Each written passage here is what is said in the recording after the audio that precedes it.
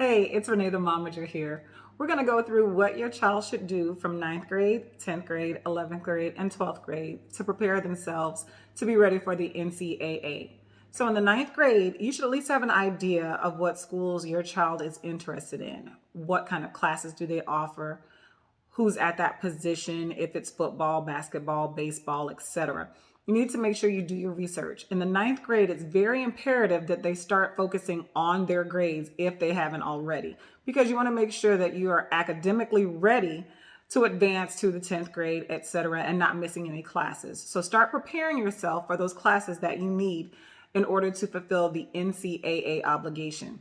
Look into schools close to home, look into schools away from home, start looking into different camps, whether they cost or if they're free, if there's a local league that offers some type of camps or some high schools that are doing some type of camps. Look into those to get exposure. If you are a child or if your child is undersized, not as quick as other kids, it's good to get them into those camps because then they can see what they're up against in their grade level. Once again, try to get them the most amount of exposure, the best exposure.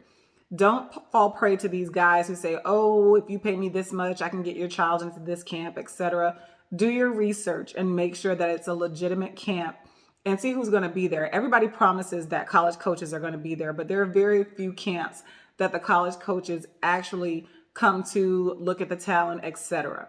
So make sure you do your research. So in the ninth grade, your child should have at least an idea of where they'd like to go, some schools they are interested in. Look in those programs, see what type of programs they are as far as your child's position, and see what kind of scheme they run, defense, offense, etc. In the ninth grade, you should at least start laying that foundation for the NCAA.